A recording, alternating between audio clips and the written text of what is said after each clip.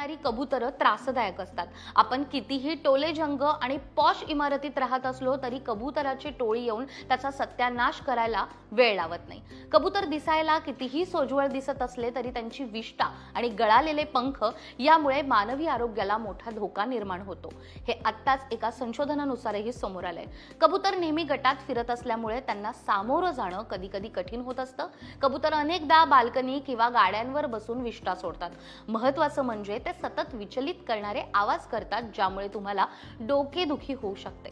महत्त्वाचं म्हणजे कबूतर तुमच्या घरात घुसतात आणि त्यांना बाहेर कसं काढायचं हा प्रश्न अनेकांना सतावतो। पण टेन्शन घेऊ नका, याच कबुतरांना हटवण्यासाठी तुम्हाला मी आज काही टिप्स देणार आहेत। व्हिडिओ शेवटपर्यंत नक्की जाईल। वायरची जाळी बसवून पक्ष्यांना तुम्ही तुमच्या बाल्कनीपासून दूर ठेवू शकता। या उभ्या जाळीमध्ये 2 वायरमध्ये 3 इंचांचा स्पेस असला पाहिजे।